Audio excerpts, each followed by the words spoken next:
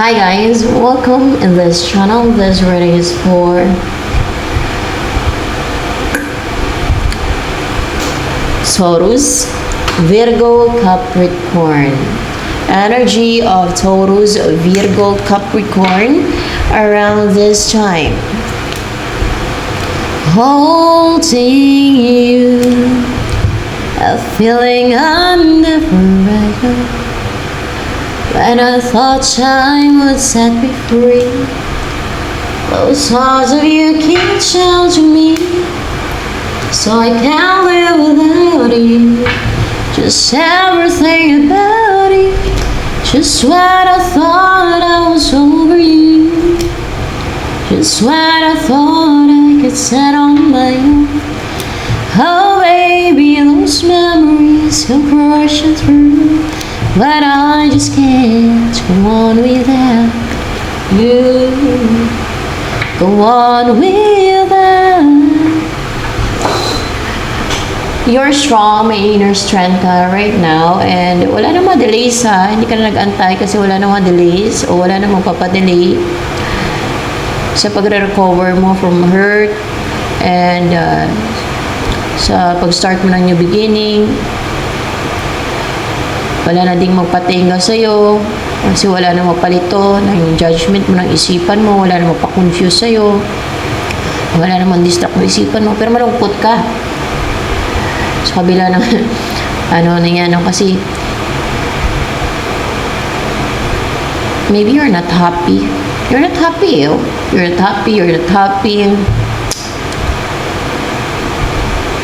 Why? Hindi ka na nag-juggling eh. You can take action na or you can make a decision. Bakit ang lungkot mo? Kasi may tumalikod, may lumayo. O tatalikod ka na. Sino ba itong tumalikod? Ikaw? Tatalikod ka na? Baka ikaw? Hindi. May tumalikod sa'yo. Pwedeng ito, the lovers. Baka lover mo. Pinalikuran ka. Kawawa ka man, oy.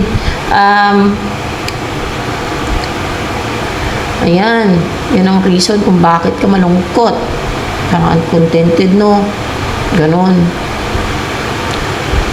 Akala mo lang yun, no? Tumalikod sa'yo.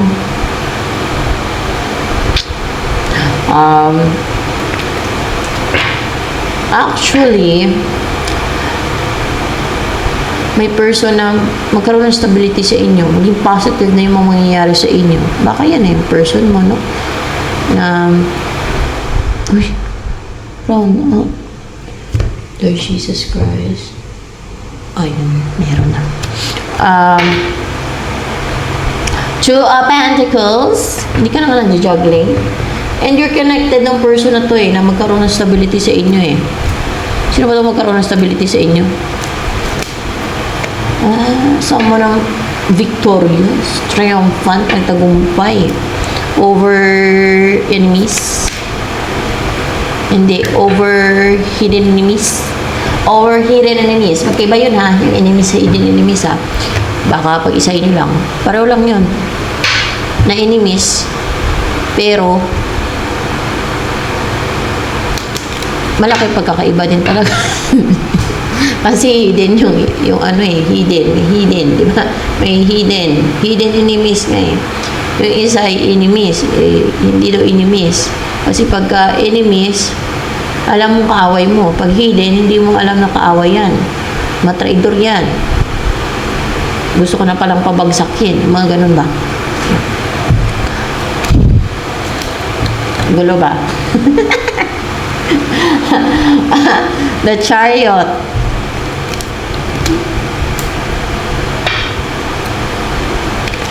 Nine of Wands.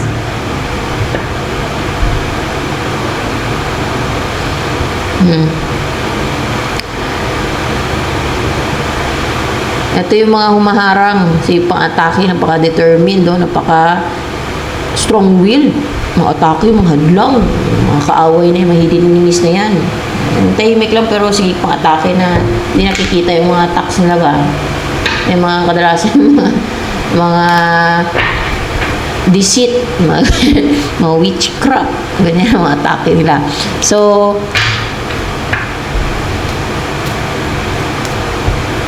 next na mangyari sa buhay mo, tingnan natin ha.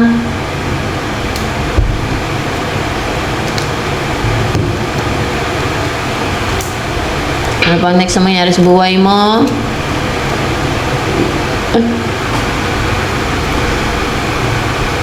Maging komportable o makapag-asawa ka na. Kung wala ka pang asawa, o maging secured na talaga financially, maging komportable, no? Secured, stable, mga ganyan.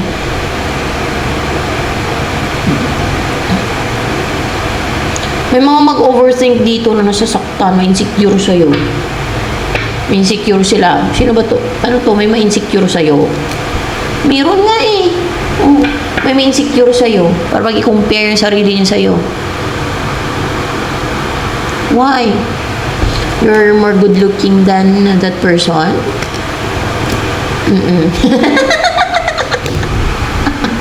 Ganun talaga. Ano ba yun? Ang focus na sa sarili niya. Tanggapin niya kung ano yung mukha niya. Lahat naman ay may kanya-kanyang mukha, kanya-kanyang looks, di ba? Hindi kailangan i-compare ang sarili sa mukha ng iba, hindi kailangan i-compare ang sarili sa iba. Yeah. Hindi kailangan i-compare ang mukha sa mukha ng iba.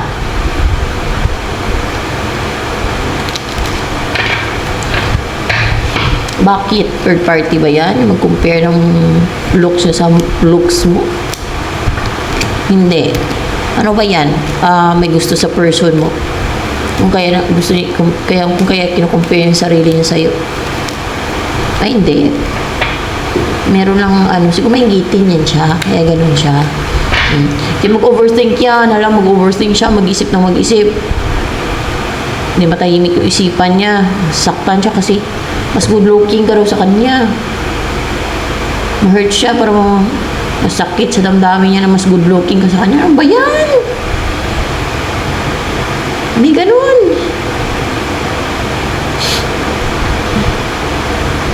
Hindi niya matanggap mas good looking ka sa kanya. Ba't ganun? Ang iba mag-isip. Naudyok ka ng demonyo yan, mga ganyan. Kaya to the point na gumagawa na ng yung witchcraft, kinukulang nila yung mukha ng iba. Mag-alam nilang mas good looking sa kanila, sa tingin nilang mas good looking sa kanila, ganoon. Dahil lang sa inggit nila, sa insecurities nila, kinukumpare nila yung mukha ng iba, kahit sa mukha lang, no, o kaperahan. Tapos gagawa nila ng pakulam nila, kapulamin nila, mga ganun yung ginagawa nila eh.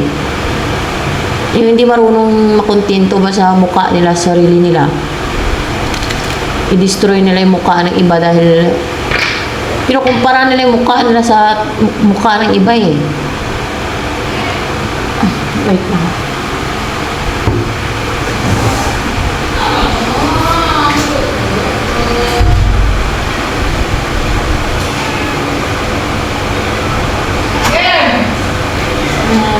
Kalaglagan yan ang sino, kalaglagan mo.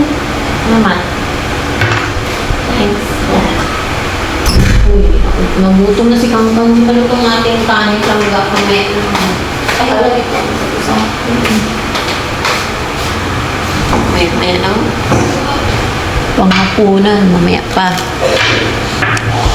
And ano yung gusto mong sabihin? Ay, ito nga ah. Mukhang magkakaroon ka ng asawa eh. Sino ba yung mapangasawa mo? Meron.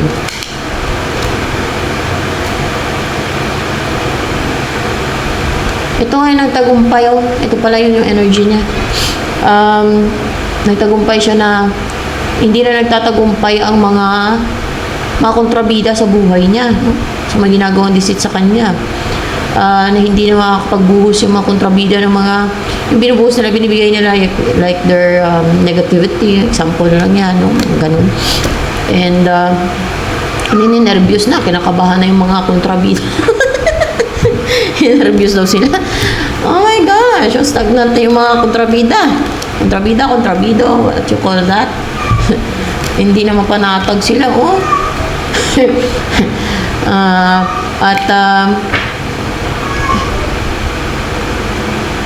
naklaruhan sila na ano,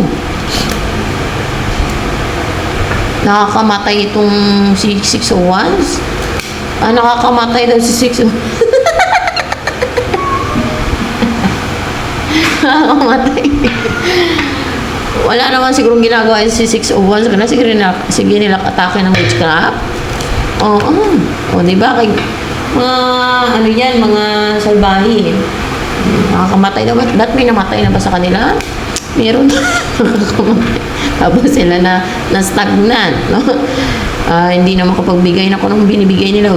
O binibigyan nila kadalasan mga ano yan, mga sumpa, negativity. Naiisip nila, nakakamatay pala ito si 6. parang yung bubuyog na ginambala ba? Mangutot. Ay, pahimunong yung tao, pakialaman. No? Ayan. Yung walang ginagawa sa kanila, sige, nakagawa ng witchcraft. Baka chosen one iyan o kaya kung ano yan si Suman. Pag chosen one pa naman, mission nila yan sa ganap patay ng mga mangkukulam ang babarang manggagaway. Yan nakakamatay, pero hindi natin alam kung chosen one ba o ano yan siya.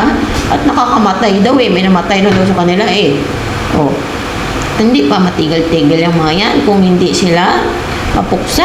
Ay ano.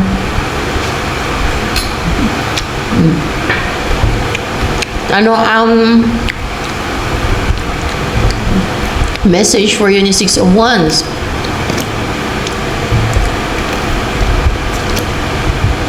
Holding you.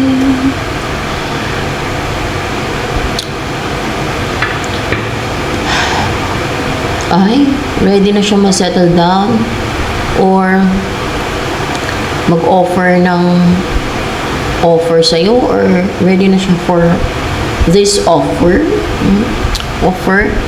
and hindi na daw makapagbuhos siguro ng mga negativity. Ano ba yun ang mga negativity, ang mga kontrabida, mga negativity nila yung pang-atake ba sa isipan ba, yan ginagawa na buhos na mag-send ng kanilang negativity. Hindi na makapagbuhos ng negativity nila. Meron talaga mga taong salbahi. Yan ang matutong salbahi. Tapos palabasin nila yung mga ginagawa nila ng kasalbayan. Yun pa daw salbahi. Yun pa daw masama. Tapos sabihin nila na lumabas na yung totoong kulay. Pala may palipad hangin na yung isa. Kinontrol nila ang palipad hangin yung utak. May mga ganun. Kaya gusto nilang palabasin na yung masama. Yun ang salbahe daw.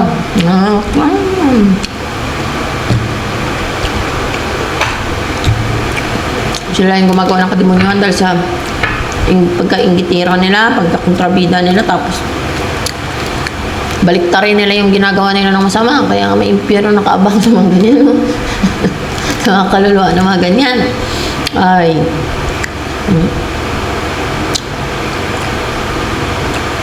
At ito pang gustong sabihin sa'yo ng person mo. Kompleto na daw yung tools niya. Tools niya? Hindi. Kompleto na yung tools mo. Tools mo daw. Kompleto na daw. Ba't siya bang tumulong sa'yo para makompleto na yung tools mo? Siya. Tinulungan ka niya para makompleto na yung tools mo. Para wala na maging hadlang sa yung magawa mo na kung dati hindi mo magawa kasi parang imposible, ngayon magawa mo na kasi kompleto na yung tools mo. Baka ano yan, protection. Hindi, ano yan, yung tools na yan, dipinsa mo. So nilagyan kanya ng dipinsa, may dipinsa ka daw, baka pinanalangin yung dipinsa ni ka o kaya may, basta kompleto na daw yung tools mo, yung dipinsa mo. Kaya ayan confident na si person mo o maging confident ka na daw niyan, maging komportable ka na at maging maging stable at mag-succeed na yung mga plans mo, collaboration na gagawin mo, teamwork, or kung meron kayong gagawin teamwork, yan, mag-succeed na yan. O kung meron kayong i-build, magawa ninyong ma-build na. meron ka i-build, magagawa mo ng i-build dyan. At nagki-care daw siya sa'yo. Or emotional pagdating sa'yo, or pwedeng love ka niya. Ay, gusto niya bumuo ng family with you. Gusto niyang pumunta sa'yo para bumuo kayo ng family. Gusto niya magkaroon ng union sa inyo. Actually, palang pati. Pero sigurado naman ako na-update pa. Diba? Upright talaga siya. Magawa natin dyan. Gusto niyo magkaroon ng union, partnership sa inyong dalawa. At magkaanak kayo, magka-baby kayo. Magsama kayo bilang isang pamilya na. Ang ganda. Tapos, ano yung